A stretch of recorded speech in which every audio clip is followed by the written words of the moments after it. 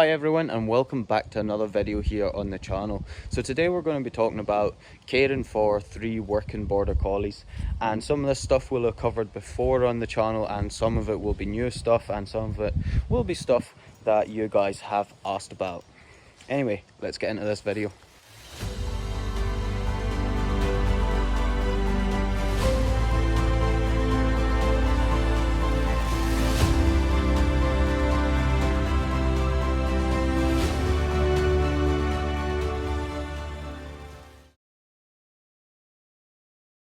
So guys, today we're going to be talking about caring for border collies, and we're going to start off with something we have actually covered on the channel quite recently, and that is coat care. So I'm just going to summarize this because I did do a dedicated video on this not that long ago, so if you want a more in-depth video on this, check that out. So working border collies coats basically look after themselves. You should never cut or trim your border collie's coat. It will look after itself. In the winter it will insulate heat to the body. In the summer, the summer coat will actually help keep them cool. Nor trimming any double coated dog like a border collie or a husky's coat is really bad for their coat, so generally avoid that at any cost. Now some people did ask, what if they have tuggies or sort of knots or little dreadlocks behind their ears? Yes, you can absolutely cut them out, that's no problem at all. But as for all over their body, do not cut and trim them. And like I say, their coats will look after themselves, so they will shed when they need to. Storm's stealing a piece of wood down here. You can't get that one, can you? Oh, we figured it out yet? Oh! Anyway, as for brushing, I think it's important to brush your dog when they are shedding. Getting that dead hair out is very important. It will keep their skin healthy, it'll keep their coat healthy. The rest of the year, my dogs live in a farm environment, so they do get dirty, so I do brush the dirt out. I let it dry and brush the dirt out. I do not wash my dogs. Again, washing your dogs too often can be bad for their coat, so I generally try and avoid it unless it is something that is really stuck in there, something that I can't brush out. If your dog isn't living in a farm environment, would it be super important to brush it the parts of the year where it's not shedding? No, but you aren't going to get that shiny look from your dog's coat, and your dog's coat will be healthier if you brush it every once in a while. Now with a border collie, you don't have to go crazy. This could probably be as little as once a week, if I'm being honest.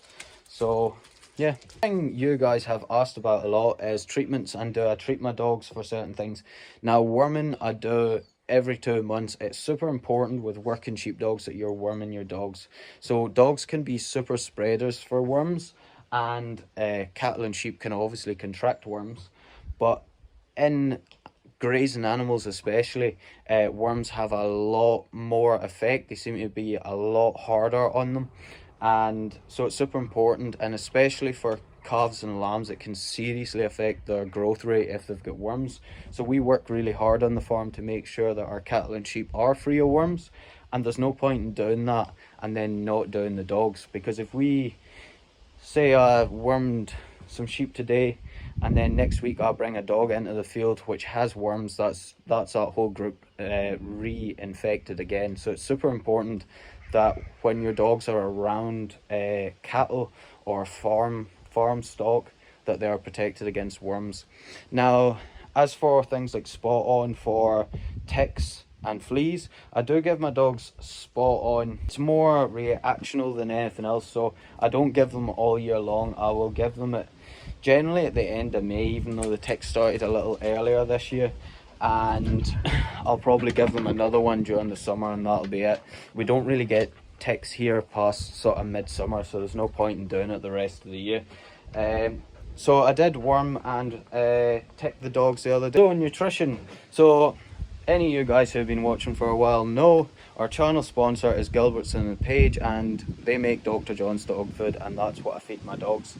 It is a working dog food, and slightly higher in protein than fats than normal dog food. I also use the hyperallergenic, especially with Echo over Downtime there, because it has a little more protein, a little more fat, and a little more energy. So perfect for when the dogs are doing huge amounts of work. Other than that, it's pretty much just the Dr. John's Gold all year. It's what keeps my dogs in good condition.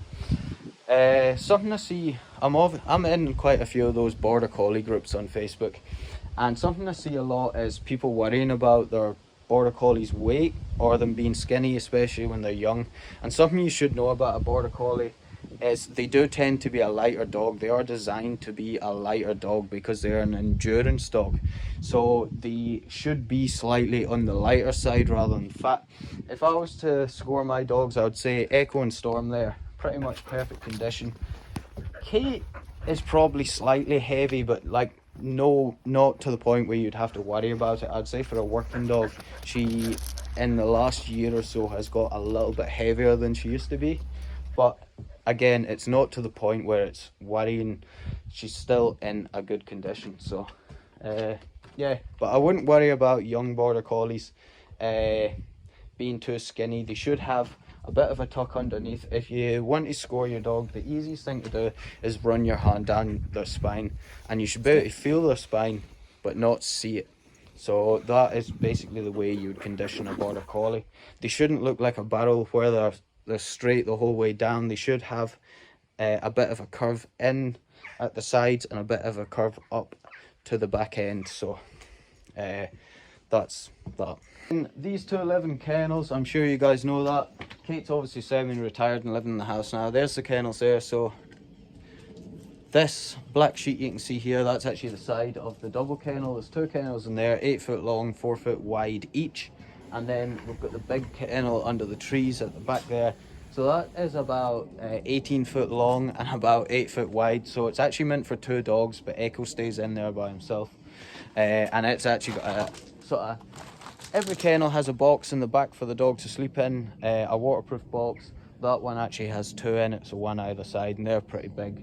Storm's one is quite small, but she seems to like it better that way for some reason. And then on this side, which used to be Kate's kennel, Storm, that's not good for YouTube. And Kate's one is slightly bigger, so Kate quite likes a nice big and open sort of one, so hers faces out and Storm's faces this way. And Storm actually sleeps probably 6 months of the year on top of her kennel anytime it's dry, basically. So but basically it is better for working dogs to be living outside because their coats are reactional to the environment they live in, so they form to the environment that they're living in.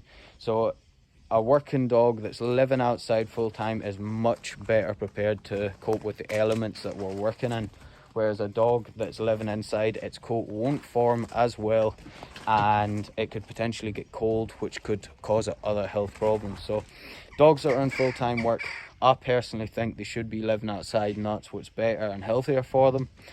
I don't think it's a big deal, a collie living in a house or dogs living in a house. I just feel like it is healthier for them to live outside while they're in full-time work.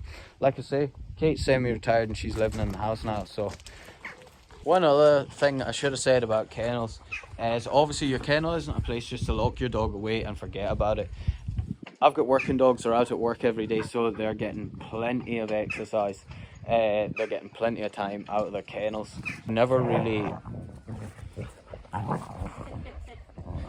You should never really confine two dogs to the same kennel for an extended period of time, in my opinion.